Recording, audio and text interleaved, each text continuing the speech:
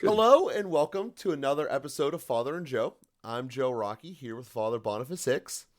And Father, today I wanted to talk about a topic that's probably pretty elemental to life that people say to me all the time that I'm not sure I know how to do this correctly. And the thought is how not to take things for granted.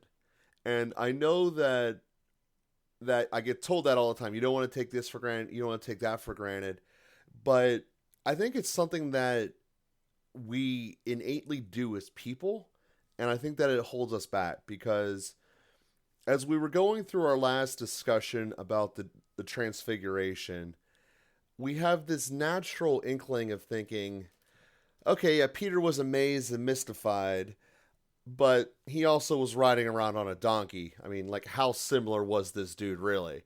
And there's this thought process that because we live in this so called modern age, which, by the way, every age thinks they're the modern age, um, has this belief that human nature is so much different and almost to a sense like it's nice that it happened, but it doesn't matter. You know, if you talk to people who are in high school now, there's almost that impression about the way World War II was. And we're only, what, 4 generations away from that. So you take that and you compound it to the way that Christ was 2 millennium ago, that you have this effect of why does it matter, and in essence taking things for granted. You know, there's so many things around us in our normal life. Last weekend was the dialing back of the clocks, or dialing forward. Um, I remember when I was a kid that was a huge deal that you had to prepare for. The priest would tell you, "Be ready. You know, we got to be here an hour early next week. The clocks change." I didn't even know what happened, but my phone took care of it. Like to me, that was kind of a spark plug that made me think of this.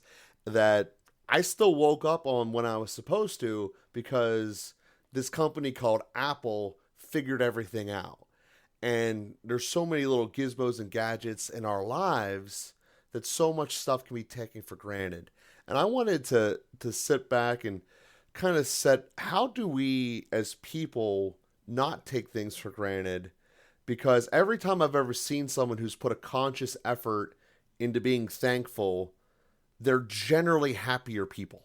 So I wanted to kind of just break down this process as we're preparing for Easter, which is the ultimate thing we should not take for granted, which was Christ willing to hang himself on the cross. So I wanted to kind of tie all that in that thought process because I think it's very essential to us as people today and every day. Yeah, I think we're always in a process of focusing on a goal, moving somewhere, and then we basically, subconsciously, primarily drop things into three categories: tools, which facilitate us getting to our goal; obstacles, which prevent us from getting to our goal; and irrelevant. And basically, we drop 95% of reality into the irrelevant category because we're focused on a particular goal. And that actually impacts us at the level of the senses, kind of this classic study of people focused on the number of times the white team threw past the basketball to each other and completely missed the guy in the gorilla suit that walked out into the middle of the field of view, beat his chest a couple times and moved on. And then the people at the end were asked, instead of how many times did they pass the ball, which they were ready to answer, 12, they were asked, did you see the guy in the gorilla suit? And they didn't even see him and had to watch the video again to believe that that had actually happened. But the point is that we perceive reality even at the level of what our senses process based on our goal, based on the purpose of our life. So it's the ethic is actually pressed into our sensory perception. And so part of the, you know, if you're driving along the road and your goal is to get to some particular destination, you're not doing a lot of sightseeing. You're focused on the road in a minimal way, other cars in a minimal way, and then maybe, talking on the phone or listening to music or having a conversation with the person in the passenger seat or whatever else. And you're usually not focused on, where the trees are and what color the sky is or something like that. Now, when somebody tells you as you get into the car, pay attention to the deer, then you tend to put that into your sensory perception, and you kind of keep an eye on the side of the road and you look for movement in a way that you wouldn't in the middle of the day or not in deer season. And so what we focus on and what our goal is depends on how we perceive things. And so part of what you're saying, Joe, at some level, I would say, uh, good. Thank God that we have phones that take care of daylight savings time. It's not particularly something I want to focus my attention on. It's kind of stupid and I don't care about it. And so I'd rather not waste any time preparing for it or worrying about it or warning other people about it. Like there are a lot of things in life that way that are just not that interesting. But what is interesting, and I think why you bring it up, is that, we do make some progress as a people, thinking about Apple and thinking about what has happened technologically, thinking about what human beings have been capable of when working together, and then driven by certain forces, and people will make the kind of socialism, capitalism comparisons, like capitalism creates Apple, socialism doesn't, and whatever. Those are interesting things to focus on, to reflect on how do those dynamics affect us as human beings, as a society, as individuals, as groups. How is the church affected by certain things? Those are interesting questions and interesting things to reflect on. But again, that's going to depend on what we focus our attention on, what our goal is. If our goal is, to get food on the table and like keep ourselves going, if our goal is to keep somebody alive who's feeling sick, if our goal is to spread the gospel more effectively in some particular setting, then we're going to focus our attention on that. We never want to get so pragmatic that we lose sight of things like beauty and goodness and truth. Some of those philosophical questions are reality enhancing. They help us to live better lives. Likewise, one of the things that Saint Benedict says in the rule is keep death daily before your eyes. Think about your death. And that helps you to live more fully today. And again, more fully is defined in ways that we've talked about on early podcasts. What holiness means, what we're aiming at, what's our goal, what's our focus, what are we aiming at, and so those are the kinds of reflections that I think are useful. And you're right. During the Lenten season, we do that in a particular way. We focus on what's most essential in life. It's worth taking a step back and thinking about that and focusing our attention on that, to step away from counting the number of passes between the players in the white jersey and to actually survey all that's happening in the field of vision so that we catch the gorilla suit, taking a step back. Sometimes we really just want to focus on the people in the white jersey throwing passes, and there's nothing wrong with that. There's nothing immoral about missing the guy in the gorilla suit. Who cares about the guy in the gorilla suit? I'm interested in the people throwing the ball. And we would say that, we've talked about that in other contexts. Like, who cares what's happening in the news? Who cares what CNN thinks is important? Who cares what's happening in Washington? It's like, who cares about that? We can get caught up in things and make that the focus of our attention, when it's like, pay attention to your 1-year-old who just said his first words. It's far more interesting than whatever President Biden says or whatever President Trump is doing now. Like, who cares? So anyway, just paying attention, that would be the big picture answer to your question, is like, what are we paying attention to? And are we paying attention to the right stuff? And do we need to shift our attention from time to time to pay attention to other things so that we actually pick up on stuff that's important and maybe rearrange our priorities a little bit so that maybe we have things really out of whack? Maybe we should never pay attention to some of the things we're paying attention to. Maybe we should pay attention to some things that we're never paying attention to. maybe there's some real big shifts. Maybe it's just a matter of perspective. And that's what like vacations do and retreats do. And Lent does, is it gives us a chance to shift perspective for a month, for a day, for a weekend, and look at things a little bit differently. And that can really enhance our perception and our experience and our wisdom and insight. So as we look specifically here, a thought had come to my mind is whenever it would be told to me, take things, you're taking things for granted, it was always in the impression that you were diminishing someone else's accomplishment. And I just am sitting here in a room and I just happened to look at the carpet. And I think that this is an analogy for how most people process things is when they think of whenever you buy something such as carpet, you think of the work that you put into it to be able to earn the funds or the ability to have this carpet in your house, where you don't think of how is the canvas made, how is the glue made, and all the people that go in it, let alone the yarn or synthetics or whatever that's in it. And it ends up being that it is a marvel that these things exist, because if you told me to sit down and figure out how to make carpet, I'd have no idea. I'd be better off just finding an animal and skinning and saying that's your carpet rather than any of the modern stuff that we have today.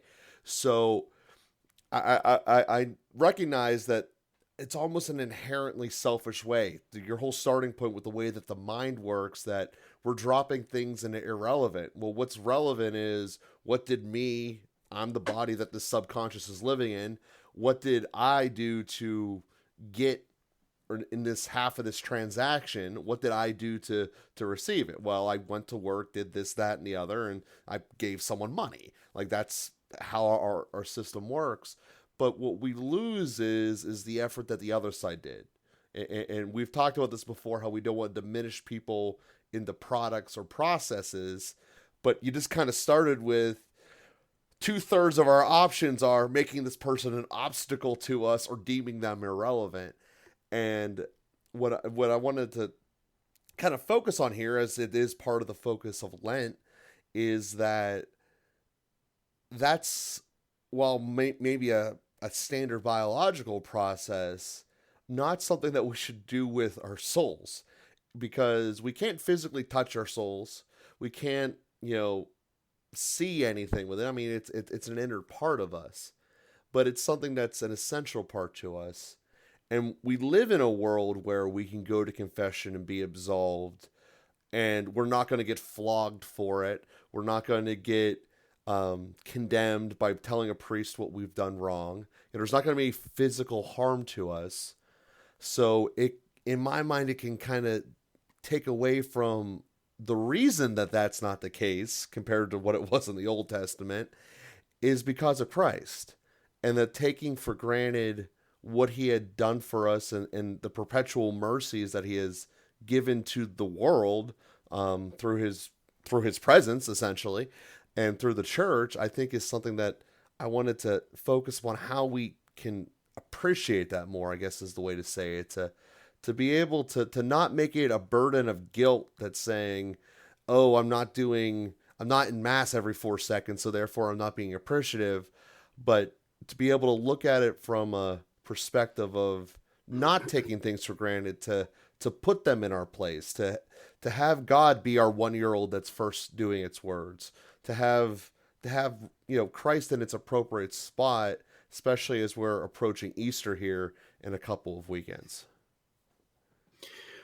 Well, it would be a useful Lenten practice, I would say, to just think about, maybe once a day, maybe twice a day, just to make that shift from things to people that you're describing, Joe. So when you look at the carpet, don't think about a thing, or just make an intention to think about how many hands went into that, and what are the lives of those people like. And to see that, to shift our attention to that. Because what lasts forever is not carpet. What lasts forever is people and relationships.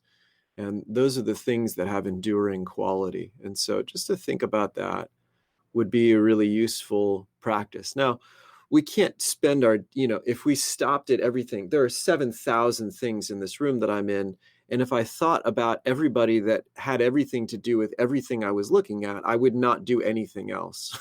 So, there's a point, obviously, to functioning the way that we function, but just to stop even a couple of times to reflect on that would be a really useful way to move from things to people, to just, again, think of that example of like, watch out for the deer.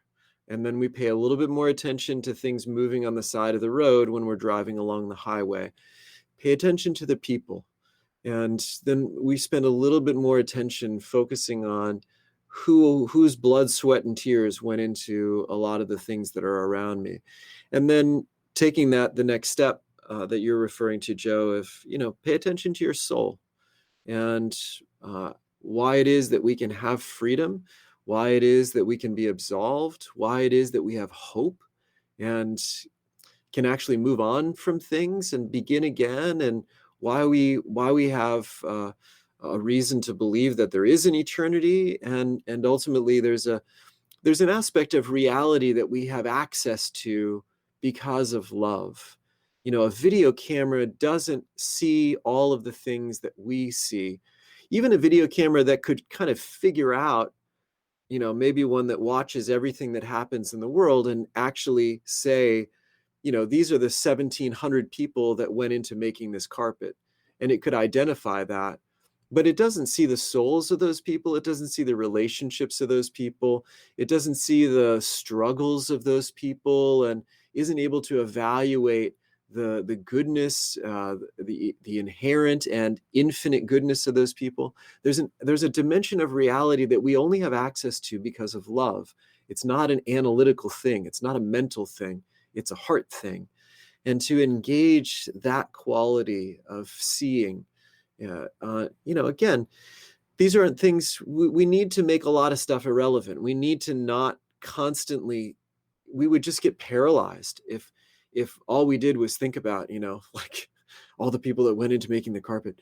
But just add that dimension, a little bit of attention with the lens of love, with the relational lens, to realize I'm not an individual who's just in the world. I'm not the center of the universe. I'm part of a very intricate and historically deep and relationally broad network of people who are all intertwined in interesting ways that I really affect other people and they really affect me. Again, just to think about that for a minute or two would be very broadening. And the more that we can kind of keep that in the back of our mind and engage reality that way a little bit more. And of course, that network of people is all rooted in God, who is eternal. He really is with us all the time, and his love is present all the time. That would be a broadening perspective. That would be very helpful. That would prevent us from taking things for granted, to come back to your initial point. And to point out another element, I know that we put an extra emphasis upon doing something to better ourselves for Lent. In most cases in America, it's giving something up. But this can be a common practice that we can do throughout, and it will give benefit. And I think the thing that you mentioned there of keeping death in front of you is something that is very real. I know that people will say, well, why is there a statue of a saint holding a skull? Like, what's going on with that? And I apologize because I'm blanking upon what saint it is. I just know it's at the Little Sisters of the Poor nursing home. But it's like almost in the dead center of the building that virtually every person has to walk by. And I think that type of notion, aside from the sense that it's a nursing home, so death is already kind of common there more than in normal places, that it roots you. That the only thing you have eternal is what you're doing with other people in your relationship with Christ. And as we've discussed many times, it's the relationships that ultimately are what guide us and what direct us in doing the right thing. And the part that amazes me throughout it is that we can control our relationships essentially better than we can control anything else in this planet. We can't control, is the power going to turn on? We can't control, is the water going to be coming through the pipes? But we can't control how we treat ourselves and how we treat others. Doesn't mean we're going to get the response back that we want from both ourselves and others, quite frankly. But we can give ourselves the thought and the appreciation for recognition of what's happened. I think that everyone's has had this type of event where they thought they did everything right based upon the guidance they had, but the results never changed. I see this a lot with people who are going through whatever the internet told them for a diet, and like, I listened to it perfectly for a month, but I'm actually fatter. And it's like, well, you tried. You should give yourself credit for that and be thankful that you were willing to try. We just listened to the wrong teacher. And, ultimately, I want to, we'll carry this into the next episode, but the one thing that we know for certain is the teacher of Christ didn't make errors that are going to make us spiritually weaker or spiritually burdensome upon others. It's going to make us better and better people overall. So with that being said, we have to keep this episode a little bit shorter than others. We thank everyone for listening. We thank everyone for telling us about it, especially as we're entering Easter. We're hitting some of our strongest months consecutively that we've ever done. And that's just from everyone out there telling people about us and helping us grow. So we continue to ask you to do that. And please, if you're following us on Twitter, it's at FatherAndJoe. Please give us retweets because that has dramatically helped us grow as well. So thank you guys each very much, and we will be with you again next week.